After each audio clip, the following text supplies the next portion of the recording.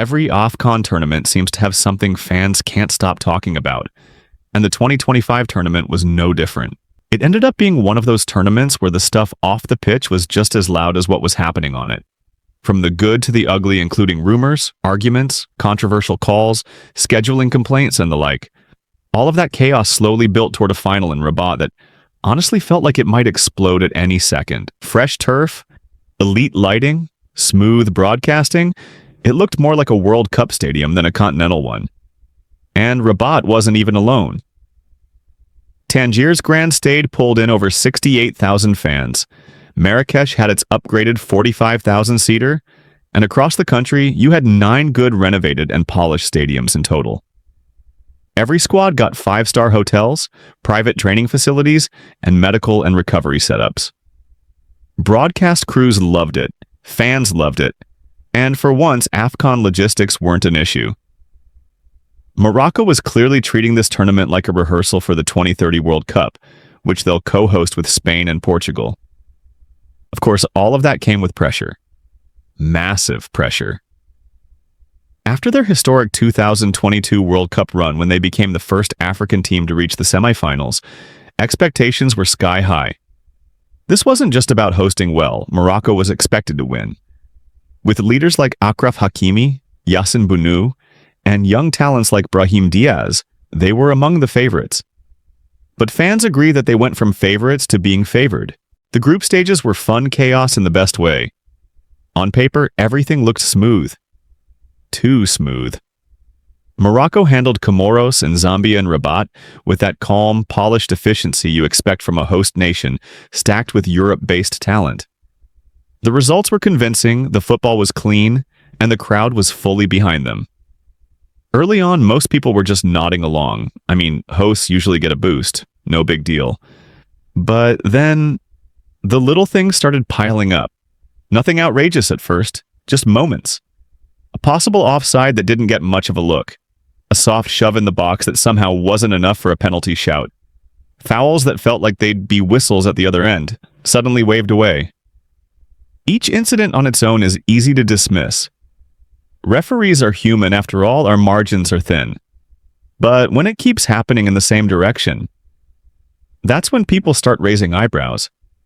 When the knockouts reached and Morocco started facing stronger opponents, it looked more realistic to fans. Every 50-50 call involving Morocco went their way, and fans started joking that Morocco were hosts, plus having VAR on their side. In the semis, Morocco came up against Nigeria, and it was always going to be an explosive game. But the referee appointment alone was enough to spark debate. Daniel Larriea from Ghana. Now, Larriea is a respected official with a lot of pedigree, but the Nigeria and Ghana football rivalry is hard to ignore even though Ghana did not qualify for this AFCON. So naturally, fans were already suspicious, and maybe they had reasons. The yellow card shown to Calvin Bassey was a big flashpoint, and to a lot of Nigerian fans it felt harsh, especially compared to similar challenges that went unpunished for Morocco.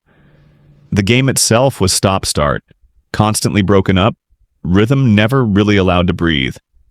Morocco edged it on penalty shootouts, but Nigeria walked away feeling like they'd been dragged. Nigeria eventually bounced back to beat Egypt on penalties in the third-place match. But even that couldn't fully erase the feeling that AFCON 2025 had crossed a line somewhere along the way. By the end, Morocco was still standing, still hosts, and they were in the final. Heading into January 18th, 2026, at the Prince Moulay Abdallah Stadium, this final already felt loaded before a ball was even kicked. On one side, you had Senegal, champions from 2021, runners-up in 2019, battle-hardened, experienced, and led by Sadio Mane. They knew the pressure and how ugly finals can get. Morocco, on the other hand, were at home, riding on an impressive 26-match unbeaten streak, backed by a huge crowd and carrying the emotional weight of an entire nation that felt this was their moment. They haven't won the trophy in 50 years. This looked like their best opportunity. But the drama started before the game when Senegal's delegation quietly but very deliberately raised concerns about security. According to them, Moroccan authorities forced their team through unsafe routes on the way to the hotel. Nothing officially exploded into a full diplomatic incident, but the message was clear. Still, once the whistle blew, all of that faded, at least on the surface. The final was gritty, physical, cautious, and tight. Very tight. For most of the game, it was 0-0, and it felt like both teams were terrified of making the first mistake. Senegal pressed intelligently, Morocco tried to control possession, and both defenses held firm.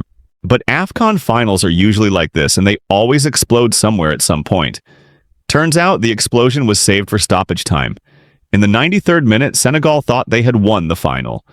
Abdoulaye Seck rose highest from a set piece and smashed a header off the crossbar. The ball dropped perfectly for Ismaïla Sarr, who nodded it into the net. Senegal players went wild.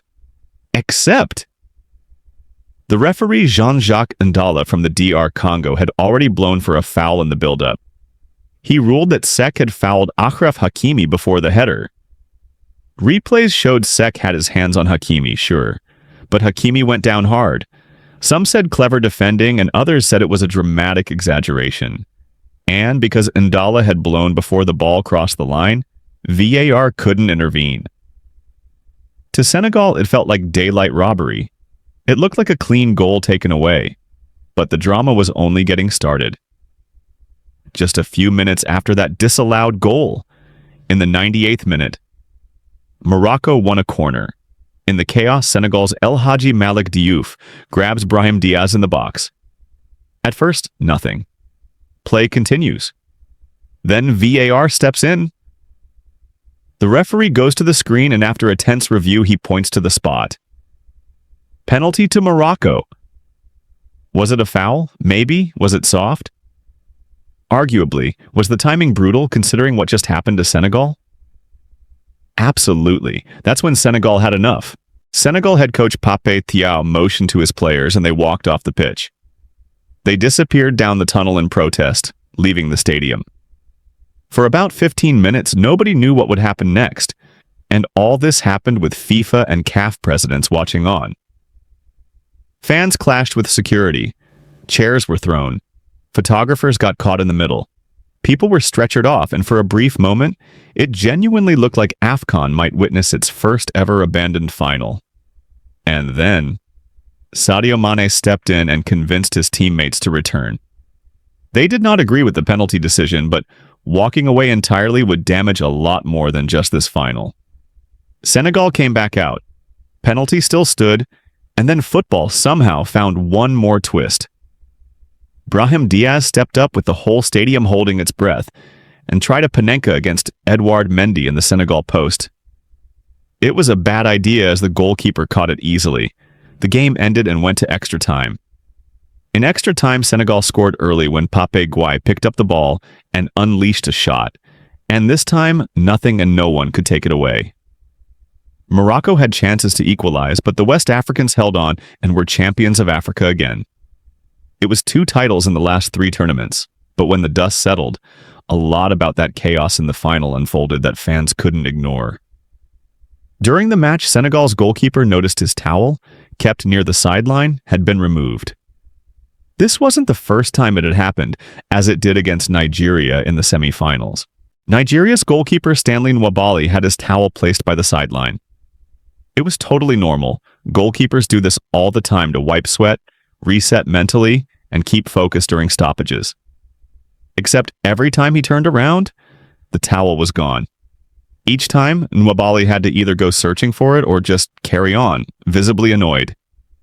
Cameras caught Moroccan staff or ball boys interfering. It felt deliberate. North African teams have long been accused of mastering this side of the game, and whether that's fair or not, this incident didn't help the perception at all. It just showed that Morocco was willing to push every boundary, and doing it at home, with crowd pressure, made it feel intentional to Senegal at least. After the game, Morocco's federation surprisingly filed complaints, claiming refereeing injustices and arguing the walk-off impacted the outcome. CAF condemned the behavior on both sides and referred the chaos for disciplinary action.